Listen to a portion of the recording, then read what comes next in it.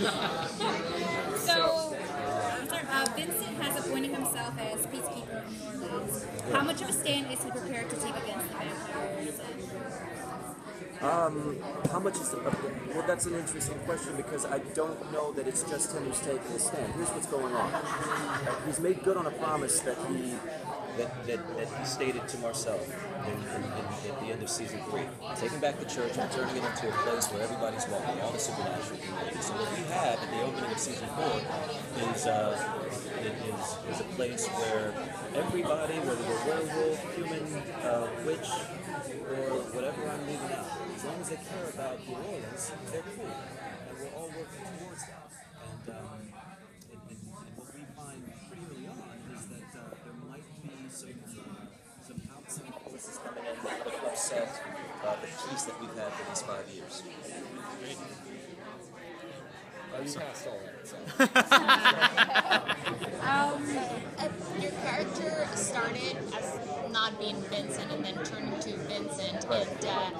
And he didn't want the power to basically lead the witches. How do you think what made him change? I think there are a few things, and primarily what we were just talking about. He loves his city, he wants to make sure it's protected.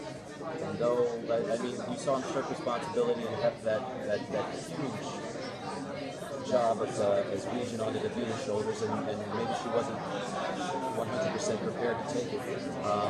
So there's guilt with that, and just an evolution of a man who at this point knows what his calling is, and that's protecting his home. You mentioned about Davina. How's the loss of Davina and Cammy? I know it's 5 years later, but is that still kind of on Vincent's mind as he's protecting his city? Does he kind of look at them as like, this is the reason why I'm so adamant about what I'm doing? Certainly, yeah. And I think that those two are on everybody's mind. Within the first episode, you'll see that everybody's still thinking about that loss to our community. I mean, that really was like that was what drove Marcel, I think, to really stand up and say, yeah, we gotta do something about this. That was episode 20, I think, of season 3.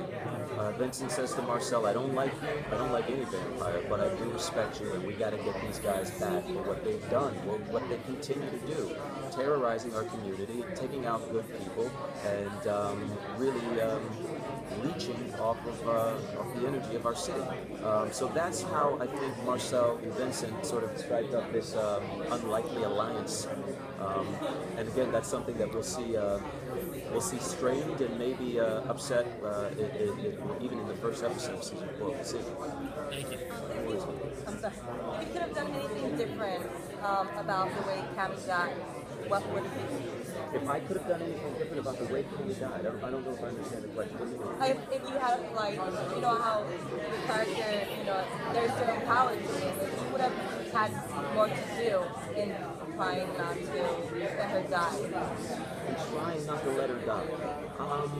Well, I don't know. What would you change?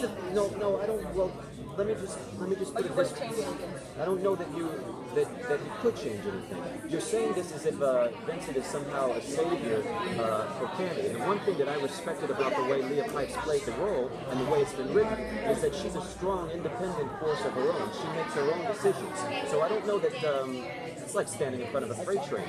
When Cammy O'Donnell made a decision, she made the decision and she did what she wanted to do. I think one of the things that's interesting about the way things played out, and this is why I refuse to, or not refuse, well, yeah, I refuse to think about the relationship they had as just a pure friendship. No.